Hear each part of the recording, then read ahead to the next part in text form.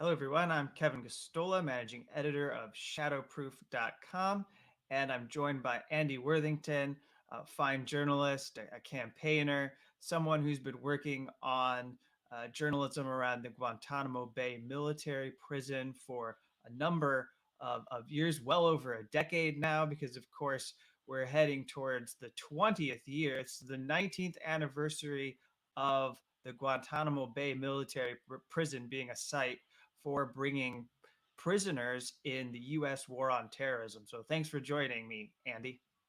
Oh, you're welcome, Kevin. Thanks for asking me.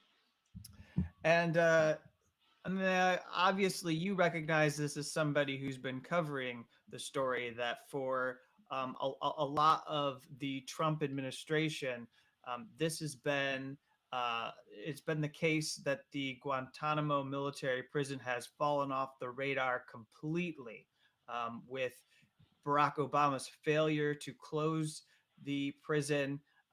The last 4 years were maybe marked in the beginning by a fear that the Trump administration would use it for some new categories of prisoners. But then after that, these men have become entirely forgotten and forever war prisoners. So as you mark this anniversary, can you describe for us a bit what the last 4 years have been like at Guantanamo? Sure. Well, sadly, Kevin, the last 4 years at Guantanamo has been, like you say, a place that has become forgotten. And it's the last thing that should have happened because it happened because Donald Trump effectively sealed the place shut. And, that shouldn't have worked in the sense that the mainstream media should have remembered that there was a facility there. But actually, they just seemed to play into Trump's hands and to forget about it completely. He wasn't interested in letting anyone out of that prison. And with one exception, a man who had agreed to a plea deal in his military commission trial under President Obama, who he had to release to ongoing imprisonment in Saudi Arabia, he didn't release anybody. And, it highlighted what remains the great shame of Guantanamo, that this is not a place that conforms to our understanding of the law. Because a man like Donald Trump can sit in the White House and have no interest in releasing anyone under any circumstances, and no one can oblige him to, even though he was holding a number of men who had been approved for release by high-level government review processes under Barack Obama. So, it was a total nightmare. And, once we settled into this kind of, dead state where it had been forgotten about, how on earth was it possible to arouse interest in it? Because literally nothing was happening. So, to that extent, Kevin, it's obviously a relief that, no coups were standing. It looks like we're going to get Joe Biden in 9 days' time. And essentially, we will be going back more or less to the position that the Obama administration had, where the questions become different. This is an administration where you will have people within it who fundamentally recognize that the prison is wrong and counterproductive.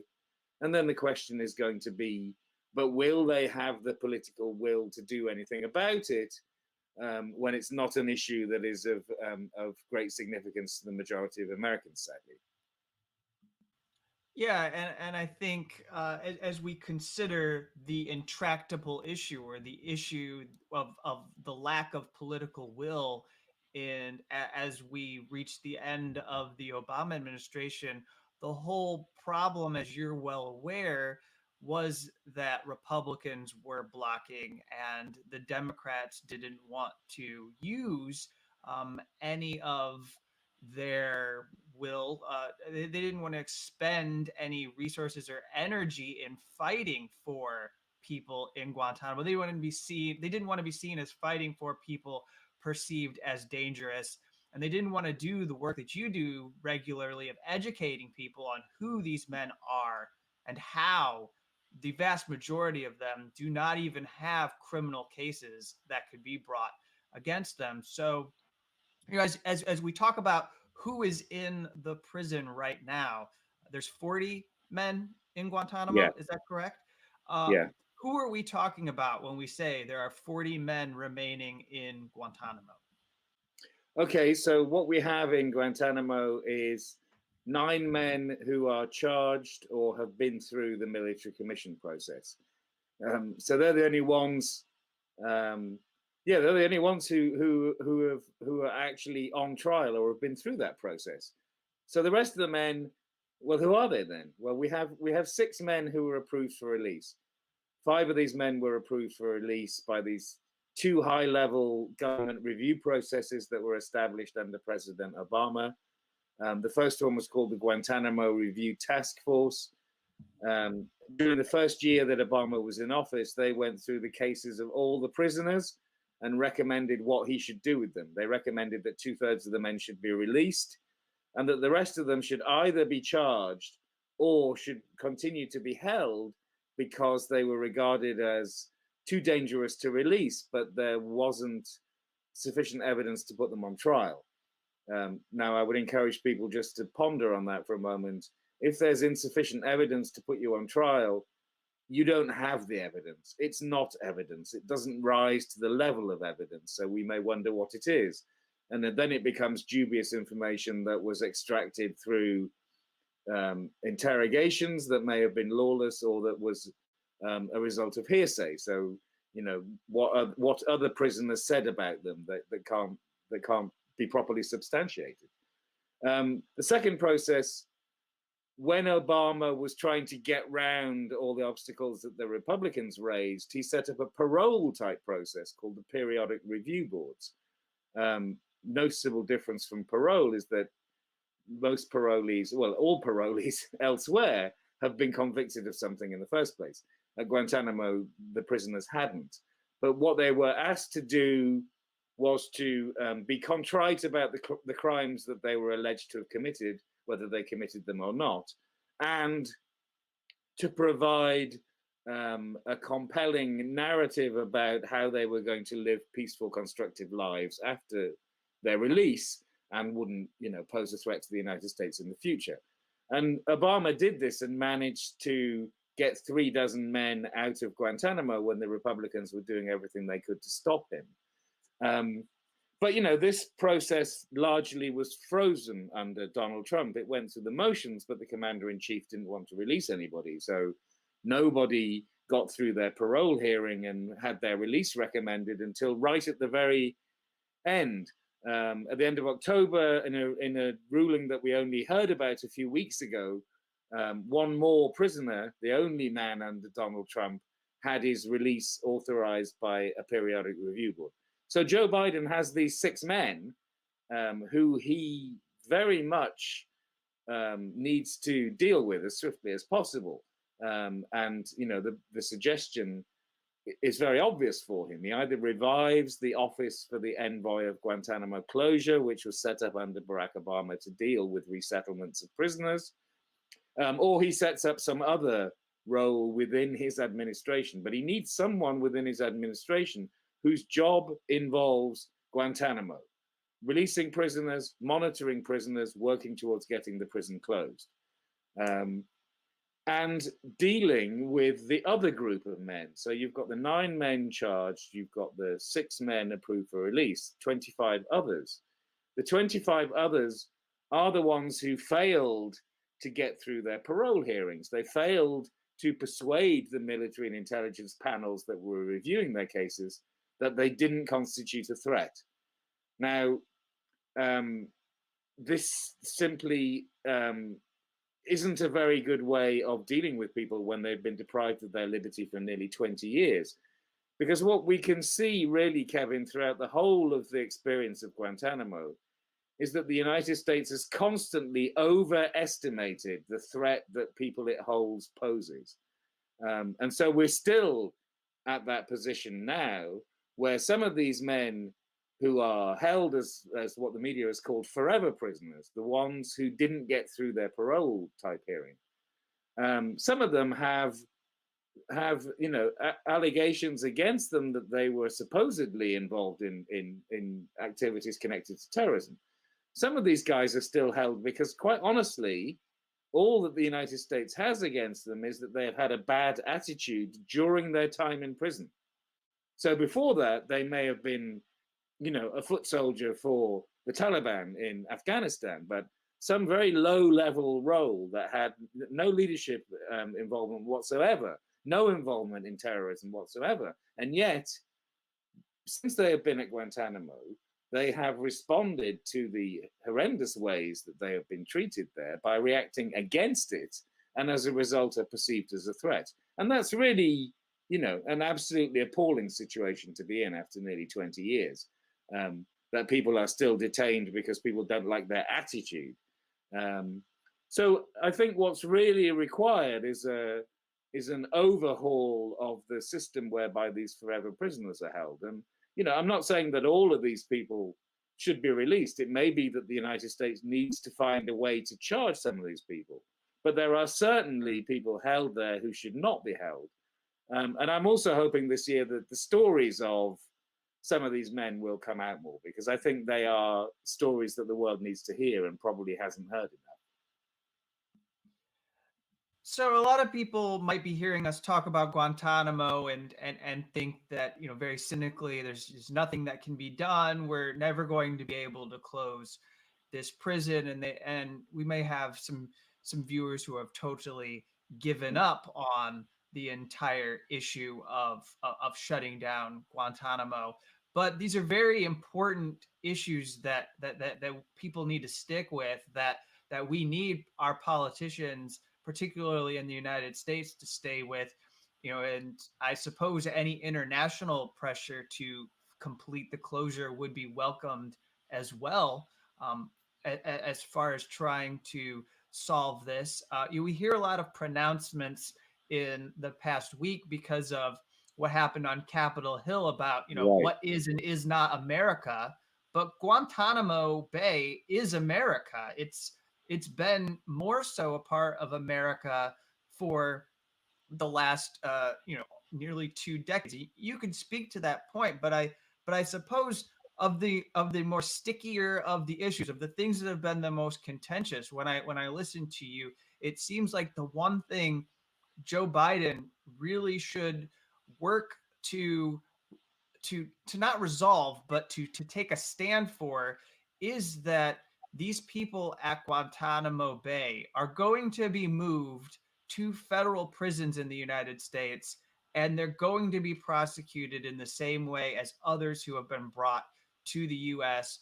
and who have been prosecuted successfully for terrorism. Because when Barack Obama started his presidency in 2009, they very cowardly, and I mean that in the sense of them not willing to stand up to Republicans, they very cowardly decided that they weren't going to take a stand, and they stuck to that parallel system, that military commissions sort of system that has utterly failed, and obviously failed to produce any convictions of people suspected of being involved in the 9/11 attacks.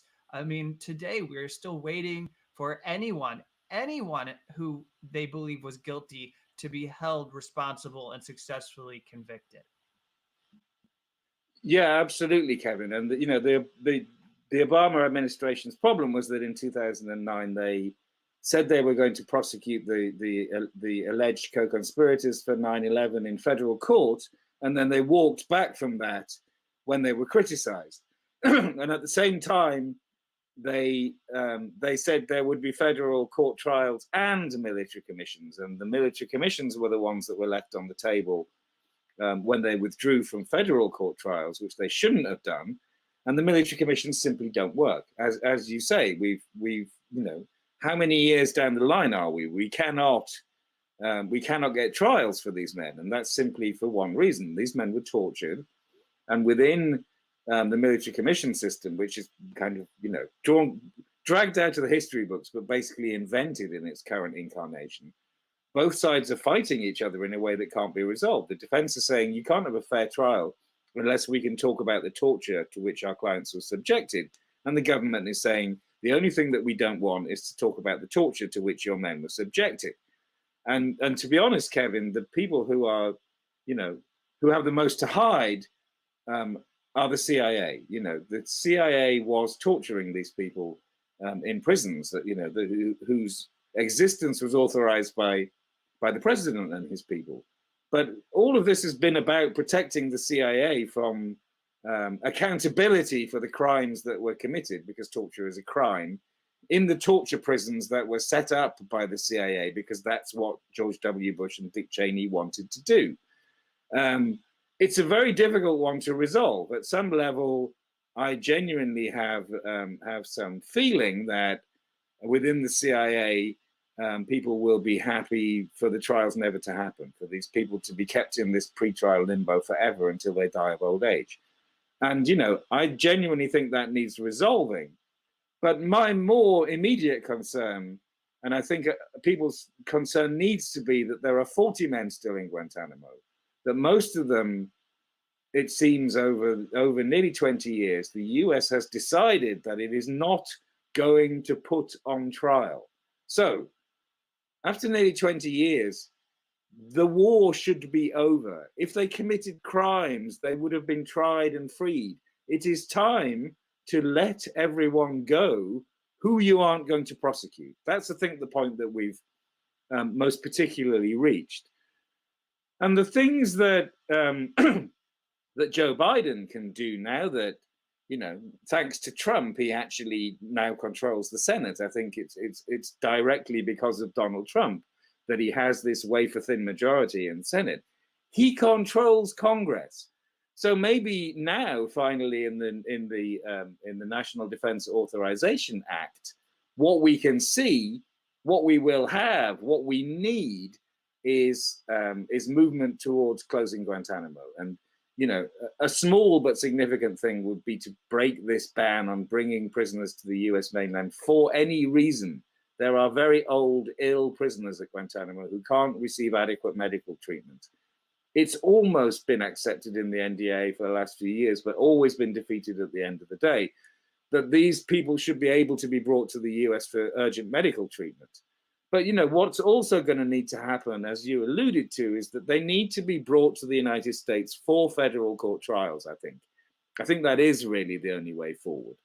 That would involve some element of imprisonment on the US mainland and trials, and getting rid of everybody else. So freeing everybody else, sorting out resettlements, accepting that this process of ongoing indefinite imprisonment without charge or trial for people who are kind of nebulously alleged to be some kind of threat is simply incompatible with any notion of justice. So if they can't be charged, they need to be freed. You know, Joe Biden needs to be bold about this, because I think you and I both know, Kevin, that unless the world really just goes to hell, at some point, the United States is going to look back on this period as a period of shame, when Guantanamo was established and when it couldn't be closed, and it needs to be closed. And the 20th anniversary, we're talking today on the 19th anniversary of the opening of Guantanamo. In 1 year's time, the prison will have been open for 20 years. That is a huge amount of time. And it is also something that, you know, these kind of 10-year anniversaries have resonance. I think it will, you know, it will be noted around the world, and it will be discussed massively in a year's time, that it's 20 years. The prison's on its fourth president, and it's still open. But, you know, I think also what's important now is that we have a government, we're going to have a government in the United States that is back to the normal way of behaving, where they actually communicate with other people and care what other people think about them. And so, you know, I would hope that from Britain, from countries in the EU, from the Council of Europe, from all kinds of organizations, there will be, you know, pressure put on Joe Biden to say, I know this is a difficult issue, but you really need to resolve it once and for all. Oh, I bet I'm betting on the answer here that there's really not much that the country of Cuba can do. But we have a question from somebody watching us have this conversation who would like to know, if there's pushback from Cuba to this military prison. And I mean, I guess we should note in our conversation today, although I don't think it has any bearing, is that the Trump administration on their way out are re-adding Cuba to the terrorism list as we have this conversation. Right. So I don't know if you have anything to say to this. I mean, it is on their territory, though, that the U.S. has this prison. Well, we've claimed it as our territory, but it probably should be territory we give back to Cuba. Yeah, well, we're a long way from that, aren't we? I mean, the problem really is the lease. So the lease requires both parties to agree to end it for America to have to abandon its naval base. And clearly, as long as America doesn't want that to happen, then both parties are not going to agree to it. So the only other way that Cuba would be able to do anything about it would be to use aggression against the United States. And clearly, they're not going to do that either. So I don't see any answer apart from, hopefully in the long run, a process of thawing relations with Cuba and dealing with issues so that this extraordinary anomaly is brought to an end.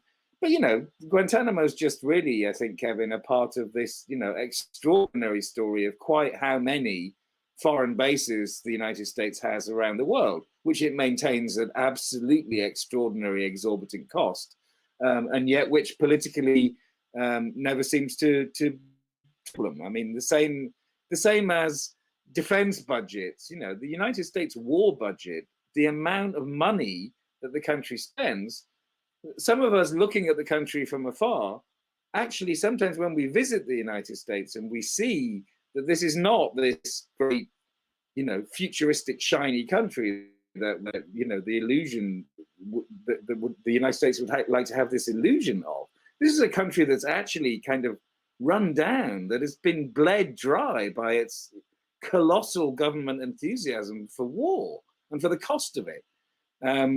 And yet, again, that's never a political issue. You don't get somebody running for president who will massively slash the United States war budget and shut most foreign bases. But actually, economically, there is an argument for it being, not only unaffordable, but actually hugely damaging to America itself. And do you know if I have another question here? Do you know if this prison? This is actually something I've never explored. Does this prison have any connection to any of the people in and around it? I suspect that it's probably one of those things where people are completely cut off as far if we're talking about Cuban people. So they just basically have to tolerate this being in their presence. Is that real? Is that the way it is there? It is, Kevin, as far as I understand, but I'm not sure about this. But my feeling is that actually some of the kind of menial jobs on the base, I think, have been outsourced to Cubans at various times, presumably because they're cheap. That would fit with the rest of the way things operate. That some of the contractors that the United States brings in are, I mean, that's been the history of Guantanamo. The prison is that, the kind of core approach to it is that you have, American personnel there who believe what they are told about how these are the most dangerous terrorists, and they'd all try and kill you if they could. But there are people from certain backgrounds and certain parts of the United States or the United States wider picture who are less inclined to believe some of these stories. But I mean, I can't place where I heard that story about Cubans being used for casual labor, but it wouldn't surprise me. Well, just as I move on here, I've got some questions for you about the Assange case, and you were someone who submitted testimony in support of Julian Assange for the legal team for them to use, because you were involved in working on the Guantanamo files. But just, as we're moving along here, I point out your website to everyone where they can go so that they can support your work. And here we have a headline that you did covering what Joe Biden would have to grapple with as he comes into office and has to deal with intractable issues with Guantanamo Bay and the route to closing it, which we've been discussing.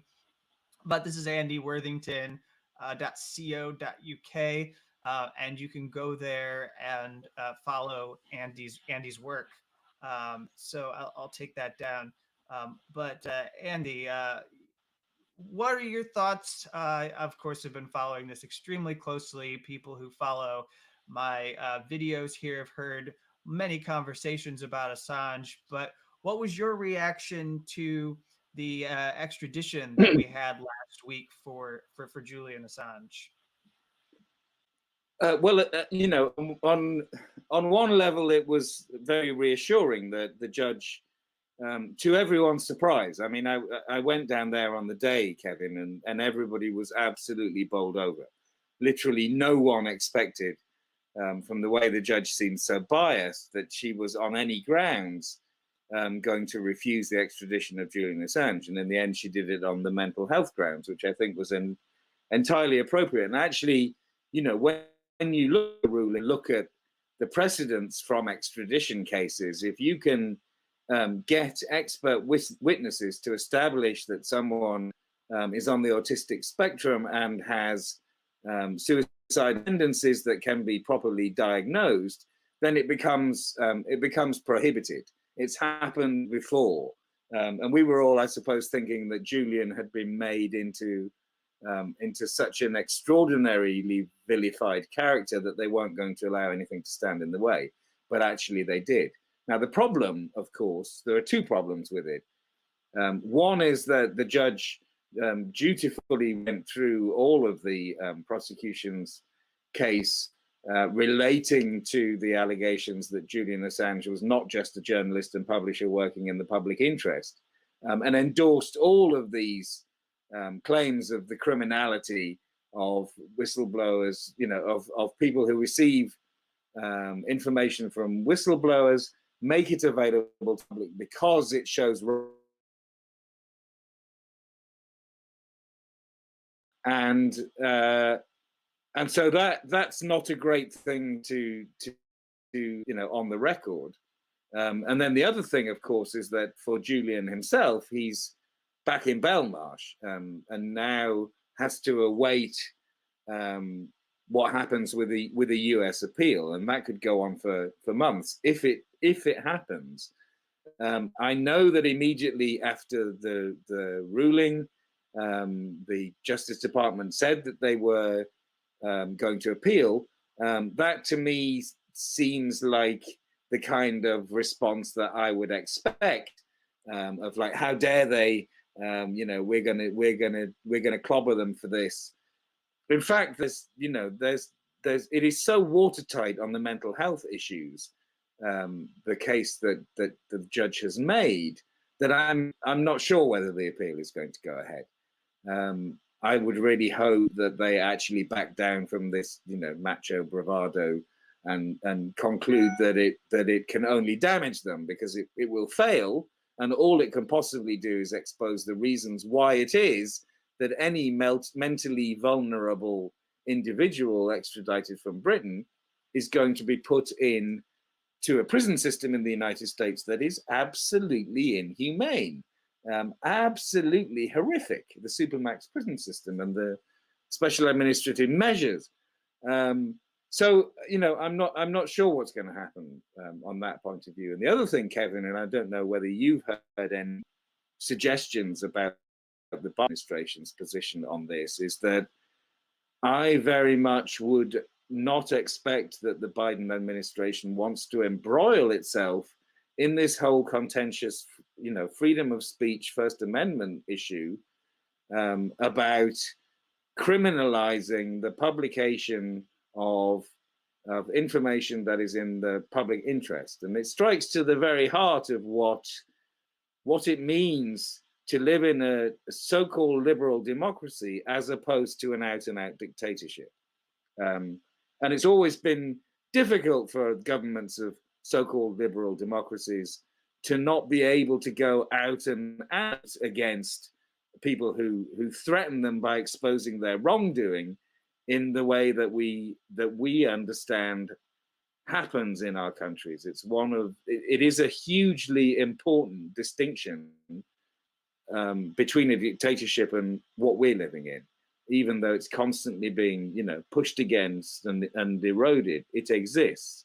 And what Julian did is part of that process of exposing wrongdoing by our governments that is crucial for it to remain something that is possible to do.